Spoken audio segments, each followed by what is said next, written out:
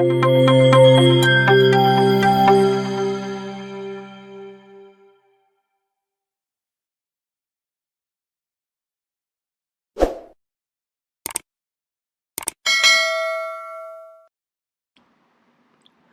this vlog, we will try to see the concept of multi-threading in Python programming. So in general scenario, you might have with this particular topic like multi-threading regarding various programming languages. So in simple terms, let us try to relate what is a multi-threading. So whenever you're trying to perform a task, and if you divide the task into individual components and try to perform it, then it will be much faster, right? So for example, you are a team of 5 members and you want to work on a project. So if you people divide your project within your 5 members, and then the project can be completed 5 times faster. This is the objective of multi-threading. We make use of this concept of multi-threading and simplify the work which we do, and also we can get the output much faster. So to explain you this particular concept, I am trying to make use of an example. So let us consider a class greeting, and inside which I am going to create a function run and provide a print statement like welcome. So here we are trying to provide a message welcome before the name of the people. So now let us try to create one more class here, and here we will be considering the names in this particular class. So let's create same run function again, and inside which this time I am going to provide a name called Henry.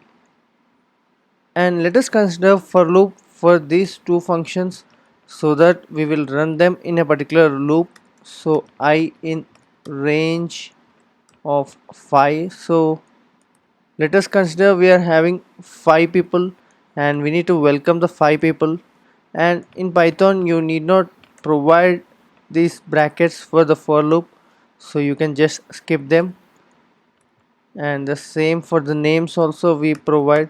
So in a general programming we get the habit of providing brackets whenever we specify for loop. So in Python it's not necessary. So here we have created our two classes, and now let's try to create objects for them. So h1 equal to greeting.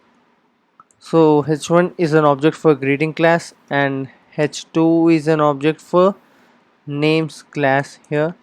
And now just try to run this particular method h1 dot run and h2 dot run, and let's see whether this works.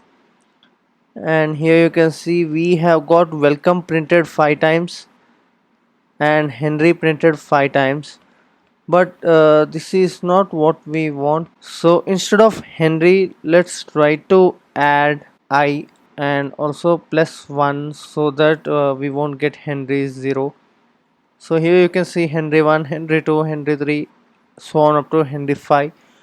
So let's consider these names. You can also provide a list of names and can parse the list with the help of this for loop.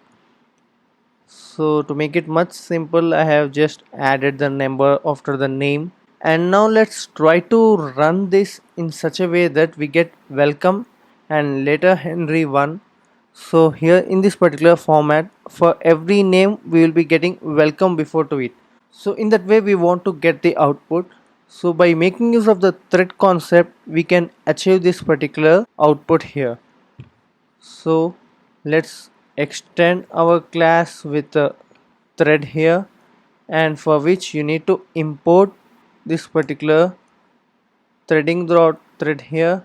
So from threading import thread.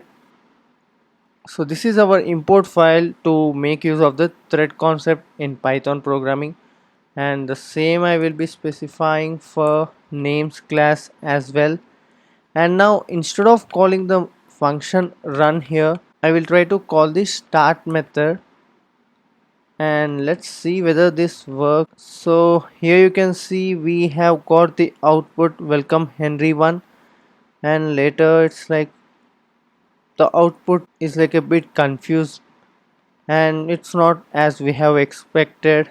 So let's provide some space after welcome here and also after before to Henry, and there must be some gap between the class 1 and class 2, that is greeting class and name class execution.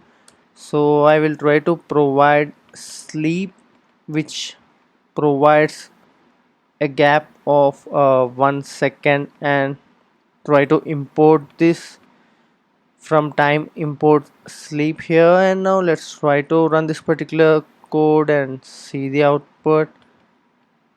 And also we are not getting the exact output in this particular way. Also welcome is been printed 2 times, and later on we have got Henry 1 Henry 2 printed continuously for 2 times. So let's remove the sleep from here and provide it after the print methods. And now let's try to run this particular code. See here we have got the exact output which we required. So like welcome Henry 1, welcome Henry 2, welcome Henry 3, and so on up till like welcome Henry 5. So here with the help of our thread concept, we have printed data from the first class and from again the second. So we have parallelly printed the data from both the classes, and you can also decrease the time of the sleep here. So like 0.5 also you can just provide, and it will be a bit faster when you try to see the output here. So this way we can make use of a thread concept in Python programming, and depending upon your requirement you can make use of this thread concept. The general way we use thread concept is like, for example, when you are downloading multiple files, and these multiple files, so we will be downloading packets of data, and later on we will be clubbing that packets of data to form a single file. So whenever you try to download multiple files, so the system won't wait for the first file to completely download and start the second file, and it will provide two separate threads, and the two threads will start working on those process, so depending upon the available resources. This makes your computations much faster. Think you understood this particular concept, and if you are having any queries, do let me know in the comment section below. And if you like this tutorial, do like, share and subscribe to our channel for more interesting content on Python.